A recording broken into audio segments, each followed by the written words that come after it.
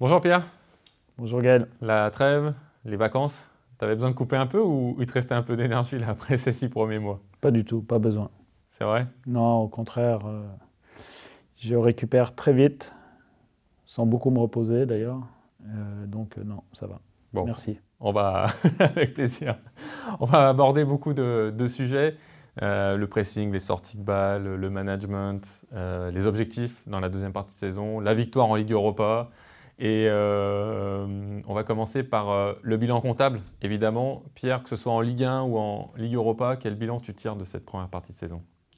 Je pense qu'il est positif. En Ligue 1, à mon avis, on a à peu près le nombre de points qu'on devrait avoir, à plus ou moins un. Mais voilà, aujourd'hui, 25 points en 15 matchs, c'est honorable. C'est ce je que tu dirais. avais imaginé plus ou moins à mi-parcours? Pas du tout. Non? J'avais Tu n'avais aucune pas fait de projection? Non, non, pas du tout de projection. La seule projection que j'ai faite, c'était l'an dernier qu'il fallait atteindre 35 points. Donc non, cette année, pas du tout. Aujourd'hui, on est à 2 matchs de la mi-saison Ouais. en nombre de matchs. Si toutefois on arrivait à...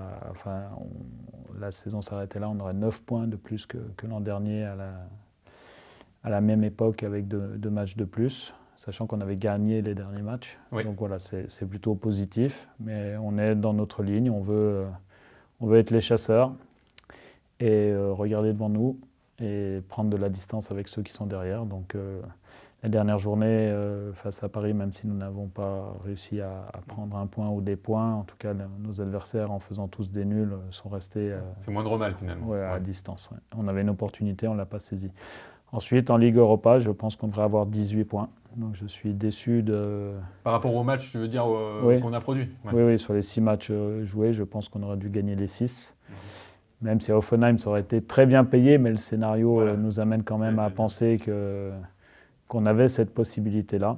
C'est plus le scénario qui est frustrant plutôt que la Le- qualité de notre Oui, match peut-être. oui, oui. Voilà. Non, la Ouais. qualité de Alors notre- que Beşiktaş, Ouais. c'est sur la qualité du match, quoi. La qualité de notre match contre Hoffenheim, à la limite, nous aurait apporté un point. Donc c'est vrai qu'on aurait pu en avoir 16. Donc le top 8 directement, les huitièmes de finale directement, c'est un vrai objectif. C'est un vrai objectif pour le côté préventif Ouais. de notre deuxième partie de saison. Ok. En fait, on est placé sur les deux tableaux pour l'instant, que ce soit en championnat ou en Ligue Europa, on le disait, on est dans les clous. L'année dernière, ça nous avait bien réussi d'être chasseurs, hein, parce qu'on revenait, et puis on connaît le scénario. On était des chasseurs, mais on était dans un autre domaine. Bien sûr, bien sûr. Il a fallu qu'on sorte d'un domaine pour rentrer dans le bon domaine au final. Pierre, si on s'attache aux 6 premiers mois de la saison, quelle est ta plus grande fierté ou ce qui t'a procuré le plus d'émotions positives depuis le début de saison? Très honnêtement, la relation avec les joueurs. Parce qu'elle est très positive au vu du nombre de joueurs qu'on a dans l'effectif. Je pensais que le problème allait être beaucoup plus difficile à gérer. Et au final, que ce soit le club, que ce soit les joueurs eux-mêmes et je pense le staff aussi, tout le monde a fait en sorte que le climat soit très bon. Je pense que les résultats ont aussi contribué à cela. Et le fait que tu donnes aussi du temps de jeu à tout le monde, ou un maximum de joueurs. Ouais, pour moi, c'était important pour garder effectivement ce climat-là et pouvoir durer. Mais c'était aussi important pour pouvoir durer sur le plan physiologique, puisque en générant trop de fatigue, au bout d'un moment, on aurait eu sûrement des blessés. Et quand tu as des blessés, ce sont des cercles vicieux qui s'installent. C'est-à-dire qu'on allait solliciter de plus en plus les mêmes joueurs et ça achetait encore d'autres problèmes. Donc pour moi, c'était important de fonctionner de la sorte. Oui, parce que ça te permet d'avoir un bon équilibre, tu l'as dit, dans le vestiaire, de ne pas avoir trop de blessés, et puis de garder de la fraîcheur aussi pour la deuxième partie de saison, parce qu'on sait que c'est souvent la clé aussi. Et aussi avoir un management flexible dans le sens où d'un match à l'autre, on peut aligner un joueur sans se soucier du fait qu'ils soient en forme ou pas, parce qu'au final, tout le monde joue un peu de temps en temps. Ça, c'est ta plus grande fierté? Si je te demande un regret que tu peux avoir? Un regret que je peux avoir, c'est le fait de ne pas pouvoir donner plus à tout le monde, parce que quand je vois le niveau d'engagement des joueurs dans les séances, dans la relation qu'ils entretiennent avec nous au quotidien, on aimerait tous les faire jouer tout le temps, sauf certains par moment, ponctuellement, mais ils reviennent vite dans le bon chemin, je dirais. Mais voilà, c'est difficile aussi pour eux, mais en même temps, ils sont professionnels, on va le dire, ils sont rémunérés pour faire ces choses-là, mais avant tout, ils aiment le football.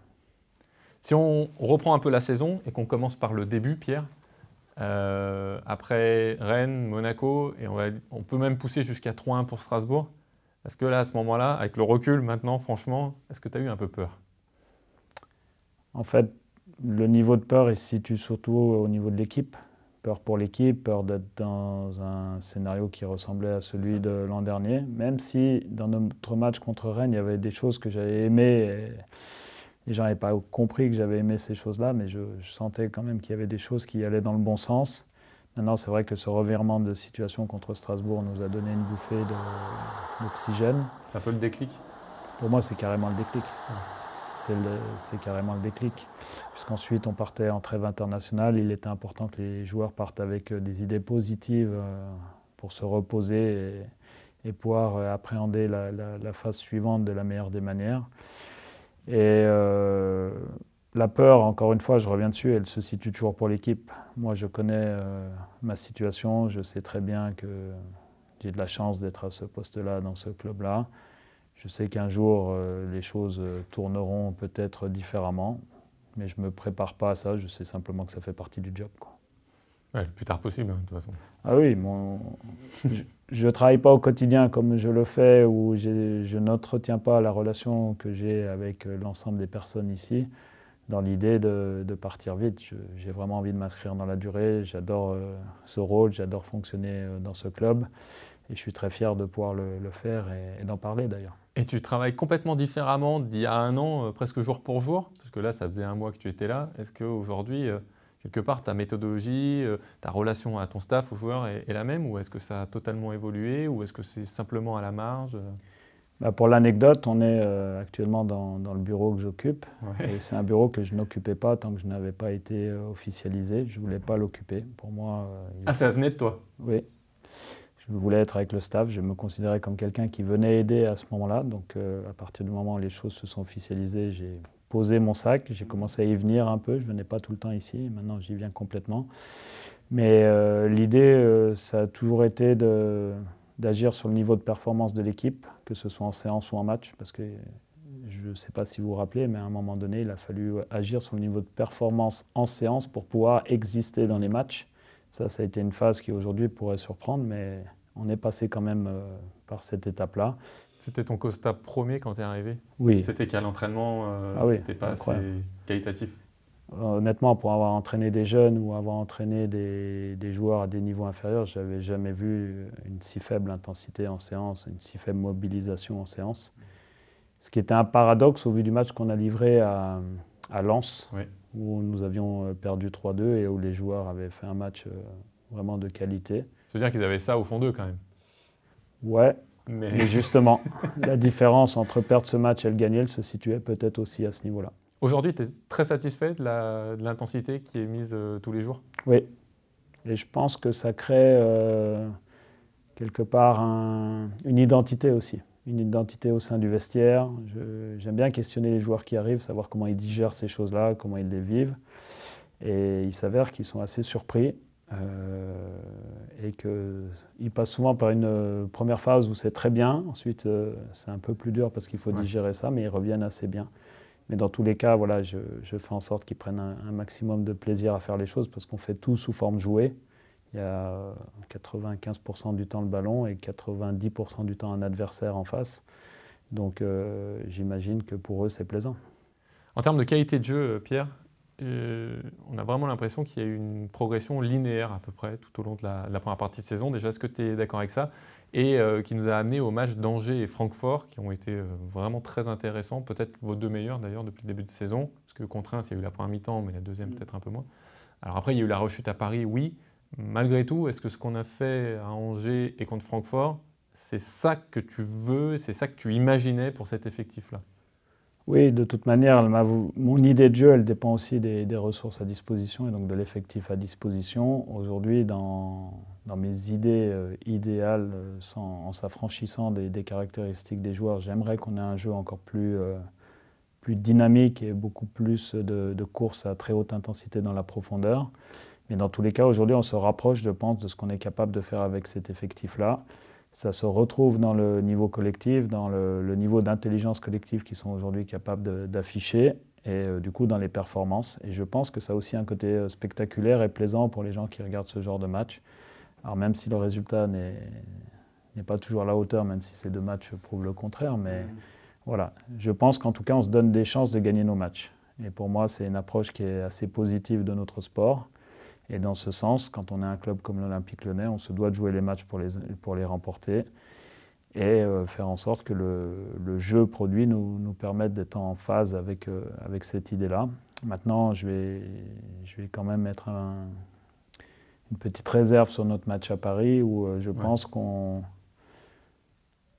a effectivement trop respecté notre adversaire sur sa qualité. Et l'idée qu'on avait de le presser, qui nous amène à récupérer le ballon sur le but où on revient à 2-1, on ne l'a pas du tout mise en pratique, à la fois sur le plan tactique, mais déjà sur le plan mental dans nos 20 premières minutes, et je pense que ça nous a coûté le match.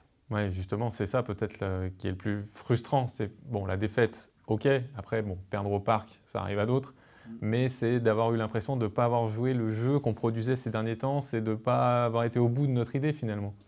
Oui, sachant que c'est un match dans lequel il allait falloir défendre de manière très dynamique et on a eu un mode de défense qui était, selon moi et selon l'analyse que j'en fais et ma perception de cette performance-là, trop passif.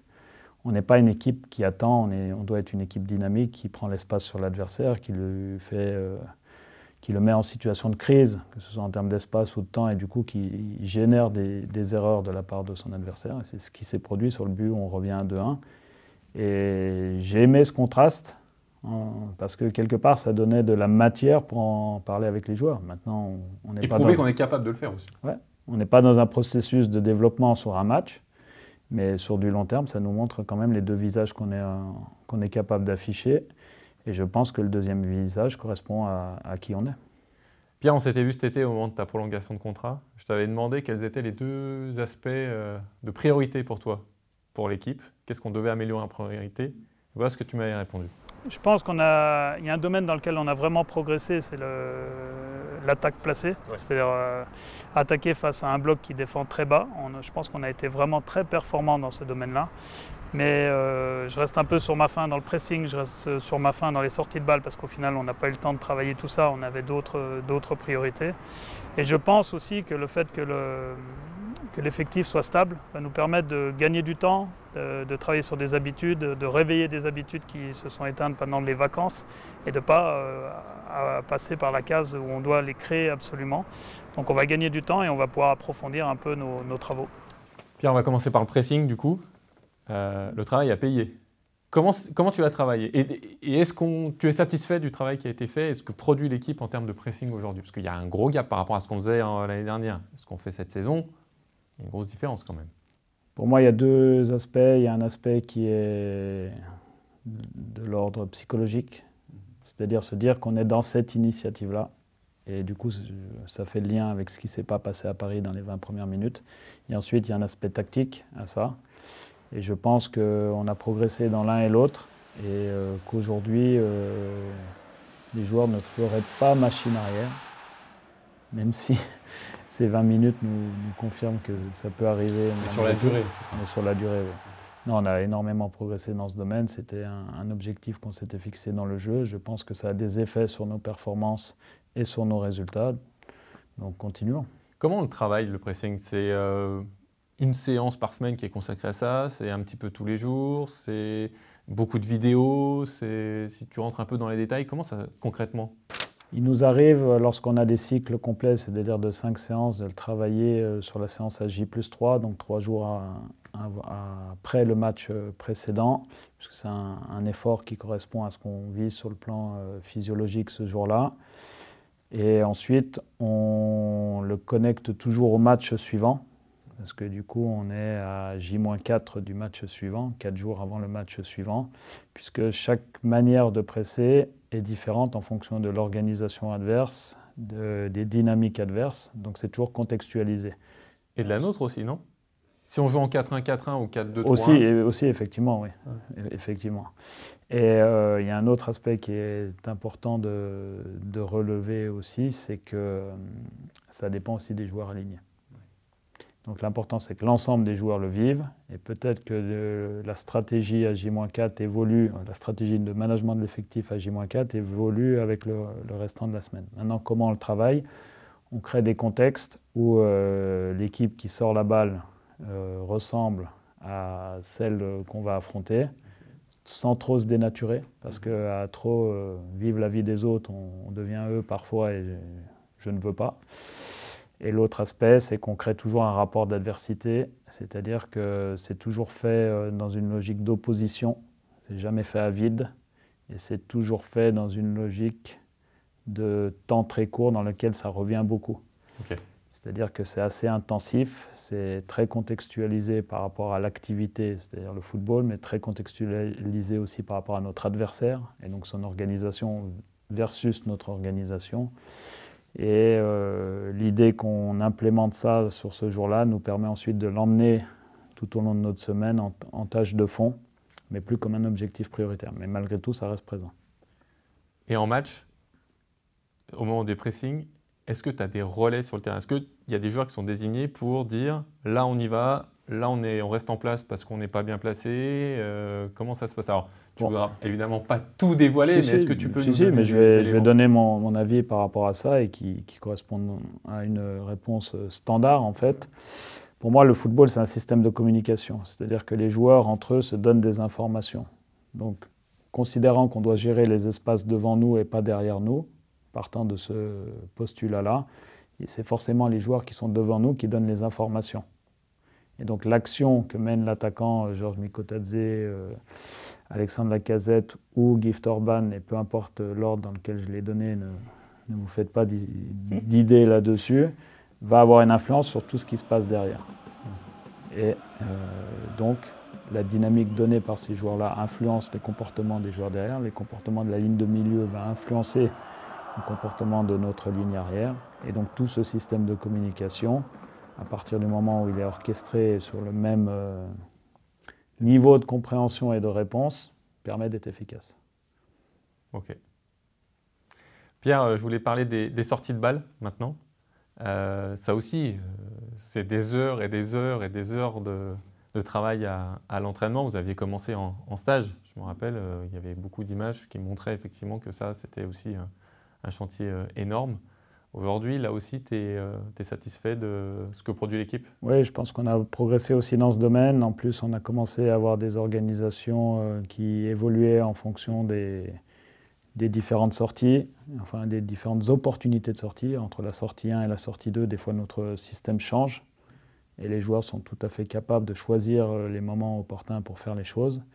Et ce qui me semble aujourd'hui important, c'est de considérer que plus on a de solutions face à des pressings adverses, plus on aura des possibilités de remonter la balle proprement dans notre camp et déjà créer des décalages, non pas latéraux, mais verticaux, ce qui va nous permettre de tirer avantage de beaucoup de situations de supériorité, qu'elles soient dans une position ou de nombre, enfin quand elles sont numériques. Et du coup, ça nous donne des possibilités dans notre jeu offensif et dans notre manière d'impacter l'adversaire. Et du coup, peut-être dans la manière dont nos adversaires préparent leur stratégie de match, puisque aujourd'hui, il y a des adversaires qui choisissent de ne plus venir nous presser parce que ça les expose. C'est un peu ce qu'avait fait Angers. Ça te plaît, ça? Ça veut dire que le rapport de force est traité différemment en amont du match. Ça veut dire que ce qu'on fait a un impact sur les décisions de l'adversaire.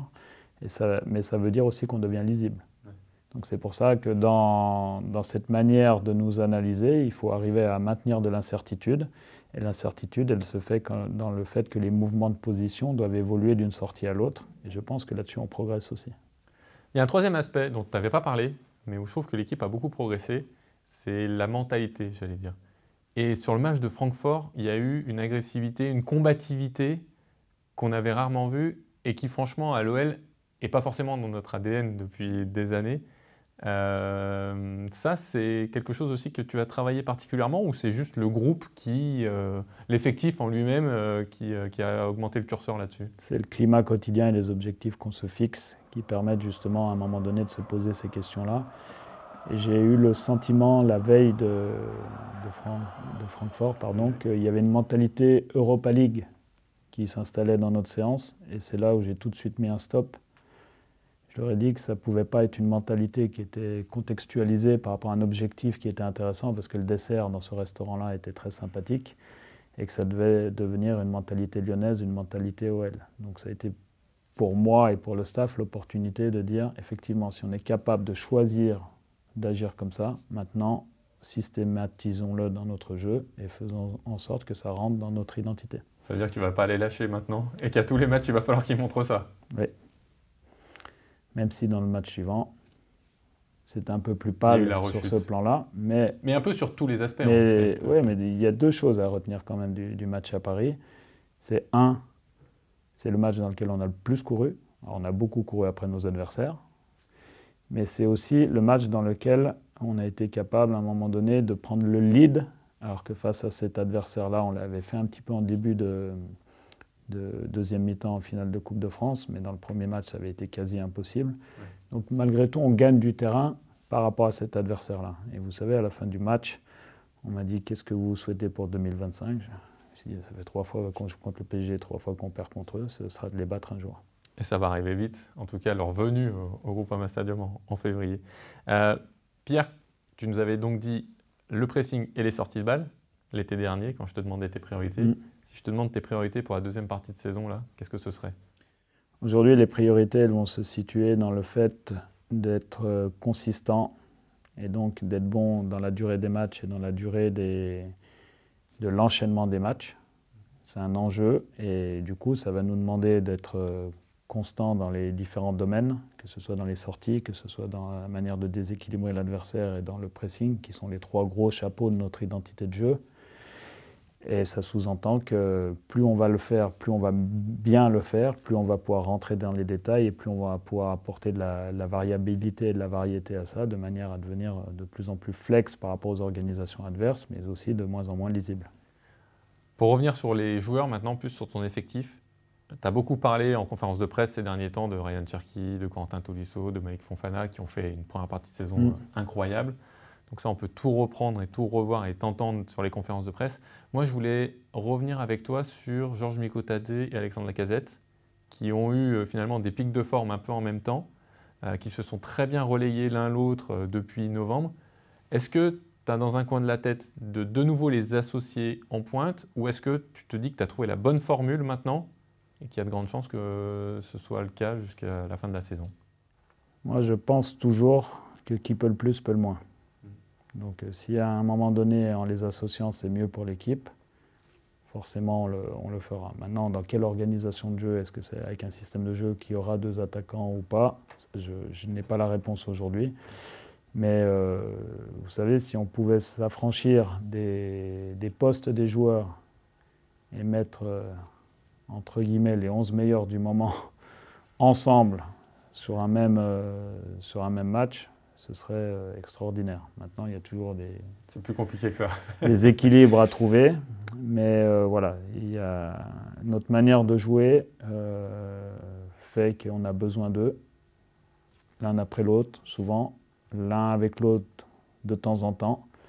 C'est peut-être aussi un regret que j'ai du match contre Paris, où je pense que Georges aurait pu continuer son match parce qu'il était bien, il était dans l'idée de continuer à presser, dans l'idée de demander dans la profondeur. Et peut-être que ça aurait été l'occasion de l'associer avec Alexandre. Donc ça veut dire qu'on peut revoir éventuellement ça là, en deuxième partie. Oui. On ne s'interdit rien à partir du moment où ça rend service à l'équipe. En tout cas, ce sont 2 armes très très importantes, on le sait pour le groupe, pour aller chercher les objectifs en deuxième partie de saison. On n'en a pas vraiment parlé des objectifs, Pierre. Pour toi, qu'est-ce que c'est? On sait c'est une qualification pour la Ligue des Champions la saison prochaine. Et en Ligue Europa, est-ce que tu affines un peu l'objectif? Alors Nemanja Matic a mis la barre très haute. Il veut absolument qu'on gagne la Ligue Europa. C'est quelqu'un de formidable, Nemanja Matic. Voilà, donc par respect pour lui, on va tout faire pour. Non, mais dans tous les cas, c'est ce que je disais aux joueurs par rapport à la Coupe de France. Quand on dispute une compétition, on doit toujours la disputer pour la gagner. Et faire en sorte qu'au quotidien, ça nous anime, que ça guide l'ensemble de nos actions et du coup que nos performances qui en découlent soient à la hauteur de l'exigence de cette compétition-là. Maintenant, on sait aussi que notre championnat est relevé. On sait qu'il y a des équipes qui sont en avance sur d'autres, des clubs qui sont en avance sur d'autres. Et là, je parle de Paris. C'est pour ça que quand on m'avait demandé est-ce le bon moment pour jouer Paris, j'ai dit qu'il n'y avait jamais de bon moment pour jouer Paris et ça s'est vérifié. Ce qu'ils ont fait contre nous et à Monaco, ils ont quand même montré que ça restait quand même les patrons du championnat aujourd'hui. Oui, au même titre que ce qu'ils ont fait en Ligue des Champions. Quand ils sont sous pression, ils sont capables d'inverser les tendances. Donc voilà, ils ont cette capacité-là et tant mieux pour eux. Mais on ne s'avoue pas vaincu. Pierre, pour finir, on sait que le début d'année, janvier-février, il peut y avoir potentiellement 16 matchs entre le 4 janvier et le 1er mars, je crois. Alors pour ça, il faudrait qu'on fasse des barrages de Ligue Europa, qu'on se qualifie sur tous les matchs de Coupe de France. Donc j'espère qu'il y aura 2 matchs en moins, notamment avec la Ligue Europa, qu'on se qualifiera directement. Mais potentiellement, il y aura beaucoup de matchs en tout cas. Comment faire pour démarrer très fort? Parce qu'il n'y aura pas vraiment de montée en puissance. Là, il va falloir être prêt tout de suite finalement. Je pense qu'on va appréhender les choses exactement de la même manière, avec l'idée de bien commencer cette série avec un bon match contre Montpellier et on l'espère un bon résultat. Mais dans tous les cas, c'est une lecture, c'est du pilotage à vue, et en fonction des états de forme, des performances. L'idée est toujours de laisser l'équipe la plus en vie possible et de faire en sorte que les joueurs aient à la fois des moments où ils sont au paroxysme de ce qu'ils sont capables de donner et d'autres moments où ils ont besoin de récupérer et où on respectera ça. Mais dans tous les cas, il est nécessaire que l'ensemble des joueurs aient la volonté de disputer 100% des matchs et 100% des minutes. Bon, en tout cas, on se donne rendez-vous dans 6 mois parce qu'on va rentrer maintenant dans la deuxième partie de saison et c'est là qu'il y a les plus grosses émotions. Parce que c'est là où, ça compte. A priori. Mais c'est un peu dommage parce que la situation qu'on se crée avant permet de vivre plus ou moins des belles émotions. C'est-à-dire qu'aujourd'hui, si on était en dette de points en championnat, forcément on ne parlerait peut-être pas de Ligue des Champions. Si toutefois on n'était pas aussi performant qu'on l'a été en Europa League, on ne viserait pas l'économie de match. On serait peut-être tout heureux de pouvoir disputer 2 matchs de plus. Mais voilà, aujourd'hui, c'est un parcours. La fin compte, les émotions commencent à arriver, mais ce qu'on souhaite, nous, c'est donner des émotions à chacun de nos matchs. Alors ça ne marche pas tout le temps, mais dans tous les cas, c'est notre but. Bon, depuis septembre, ça marche souvent quand même. Merci beaucoup, Pierre. Merci.